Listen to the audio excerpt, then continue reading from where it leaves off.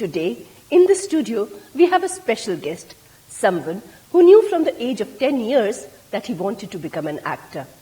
Someone whose passion and determination led him to join the National School of Drama, where he graduated with a Best Actor award in the year 1970. His passion, determination, and sheer talent made him join cult films such as 27 Down, Aaghat, Satah Se Uthta Aadmi, and the like. His meaningful work in theatre and cinema has created a discourse in the society on important socio-political issues. A prominent theatre actor and director, it is an absolute honor and a privilege to welcome in the studio Shri M.K. Raina. Welcome to the studio, sir. Thank you. And how was the journey like? If we begin from the beginning, 27 Down is the movie where you acted in with Avatar Krishna Kaul. How was the whole process like? What was the first experience? Well, it was an experience of what is called a no-budget film. A no-budget film? You have a budget just to And not even a low-budget film? No, it's a no-budget film. No-budget film. Because it's so limited. And you have to do everything like we do in theatre. You have to be part as an actor, get ready when they wanted to. I used to help them in production also. Yes. I'll help them in many other areas. In fact, there was a lot of time my money used to be in my pocket when we had to eat something. But it was a collaborative effort of best names that now, like AKB or Kaul, Arun, who did sound recording, they became big names in industry later. And it was a privilege to work with them on such a film. And when we saw the film, the unfortunate thing is then we got the award the day the film came up, our director had already passed away. So we don't know whether he knew he has got a national award or he has got a Mannheim International Award. We don't know. But yes, it was an experience which has great memories, but other sad memories also. Yes. In the movie Satah Se Uthta Aadmi, you played the antagonist Keshav. So what made you pick up that role? What was the thinking behind it? You don't pick up roles in parallel cinema. You see, the maker of that film is Mani Kaul, who was the real rebel of Indian cinema, who changed every rule of the game when he was making film. People just rejected him completely or accepted him. But I liked him as a person, he liked me as an actor. We became friends, and then this project came up. And in that kind of a film, I think it's not right to say that there's a protagonist, there's an antagonist. In fact, there's never in the great films or great theatre, there's never a villain. We are all circumstances which make us characters. There's nothing, no villain or antagonist, protagonist. They're very limited.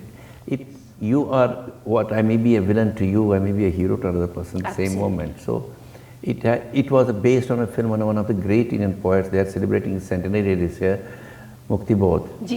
And it was based on his works. It's very highly experimental film, very experimental film. Yes. All right. So then in this current scenario where there is a lot of resistance to certain things which are shown in cinema or theatre, and there is a kind of clamping of opposition, how do you feel you deal with the challenge? Because your work essentially has been, it has really been path-breaking, and you've really questioned. You see, I believe in, it has not happening now. If I tell you that my plays were banned even in 70s. Yes. But you have to remember one thing, flame of freedom, liberty and creative thinking alive. Whatever the circumstances may be. Whether you are in prison, whether you cannot perform, your space is taken over, and the person who is doing it does not enter your mind ever. So even Hitler couldn't do it. So you should understand it. Yes. That it doesn't happen. Yes, you may lie low a little bit between, but you keep the flame on. And flame of creativity, liberty and freedom always alive. And when the time comes, flame is already there, you just turn the volume it up. So an artist essentially has to be fearless. Do you see more such people like you around? Yeah, there are many all over country. See, particularly in theatre, I'll tell you, I can't say that of cinema because cinema is different, I'll talk about that. In theatre, theatre is basically by its very earth, by its very seed or by its very genes, is critical. Yes. When you say, did you eat? You say, yes, I ate or I don't. Why? Immediately comes, why did you eat? It is always good theatre, not all theatre I'll say, is which it makes the subject which is critically, it is put on an angle where you say, oh, it may fall down. You know, you take this chair and you get this table, you pick it up a little bit on a criticality, you say, oh, what are you doing? That is what theatre should be like.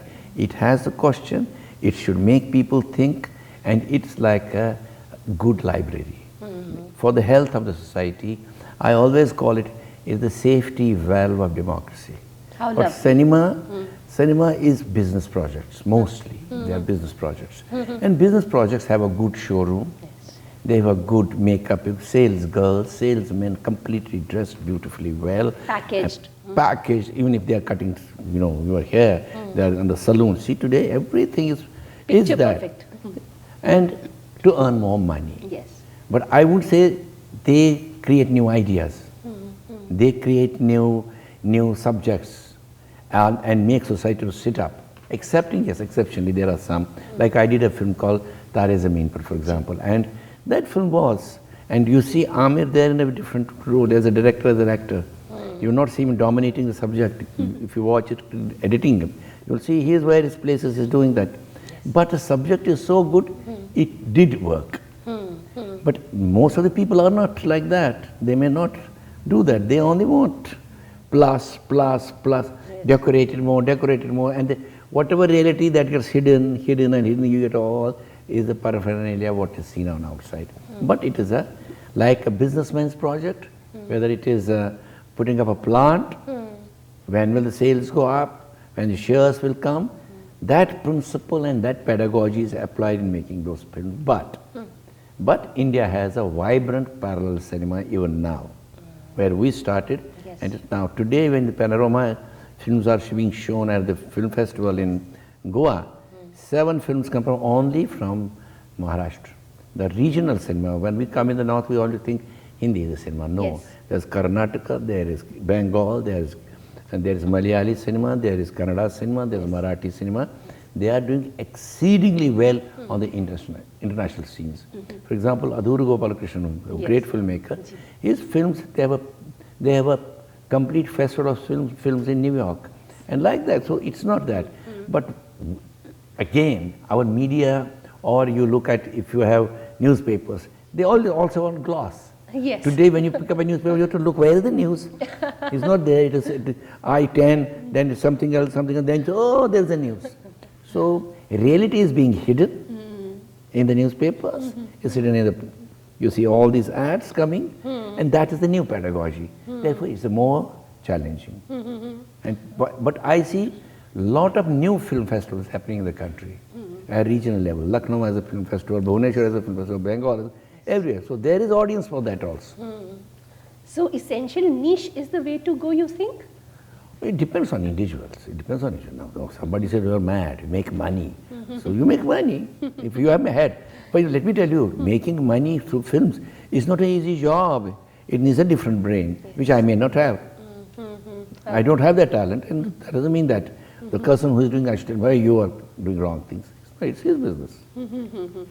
So what is your take on the current subjects which are being shown in theatre and in cinema? Is there a dumbing down of the audience, or are they picking the right subjects, or how do you think is it different? You see, what has when you happened started this out? time, if you see the present scenario, is a little bit worrisome.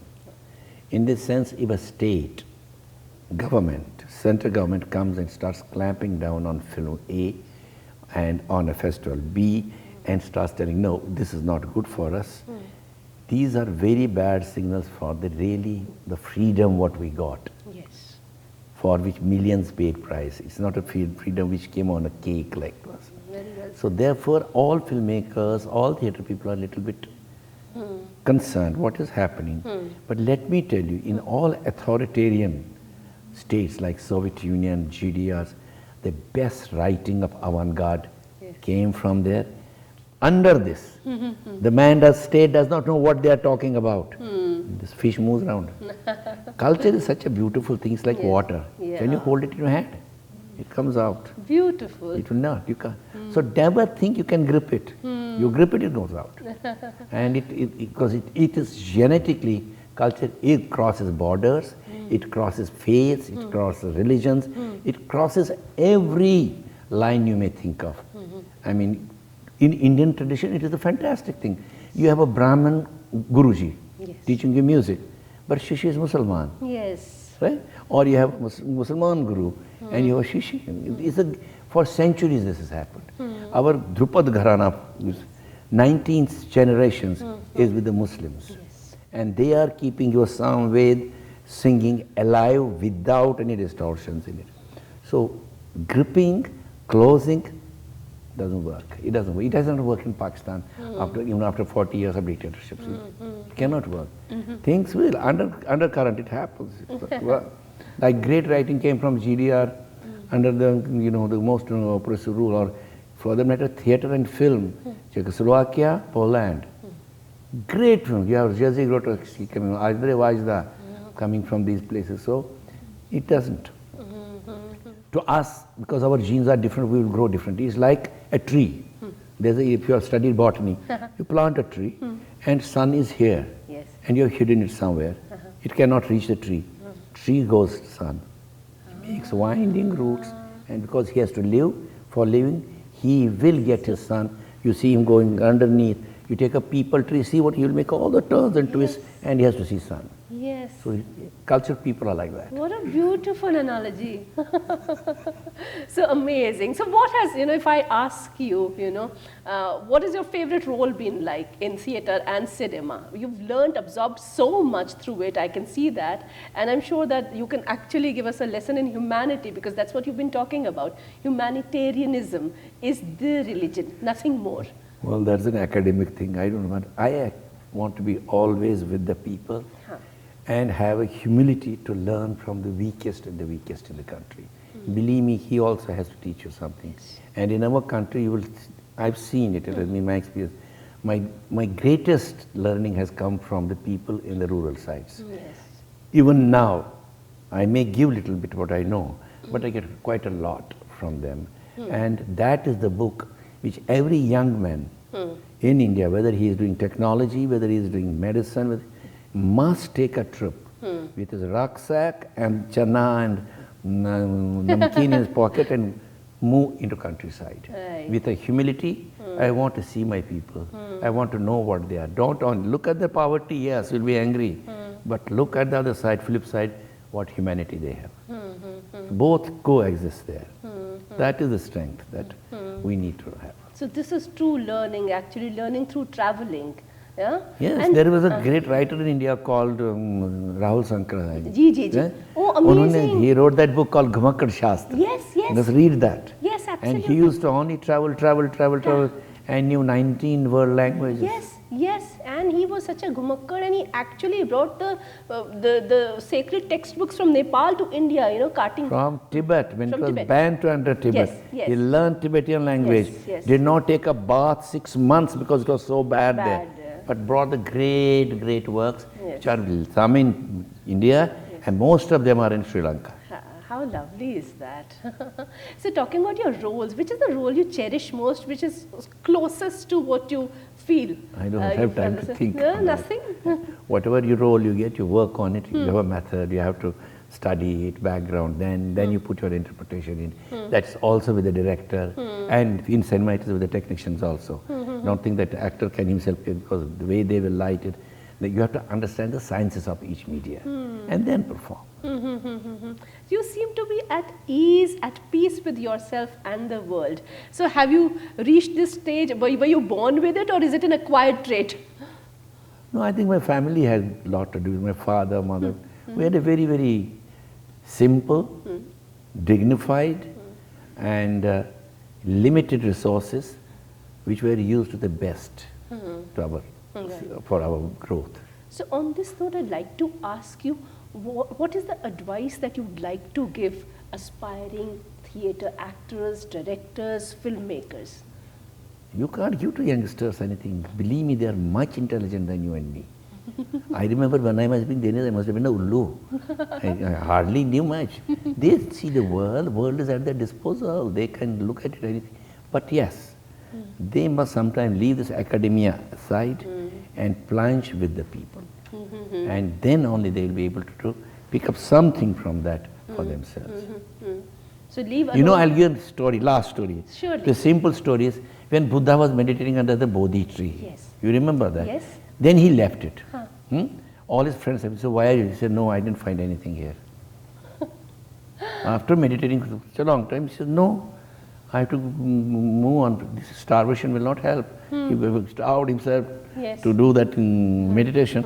And then he went to the people. That's why Buddhists don't call him God. They call him path. See, he's showing path to you. Yes. He's not a God. Yes.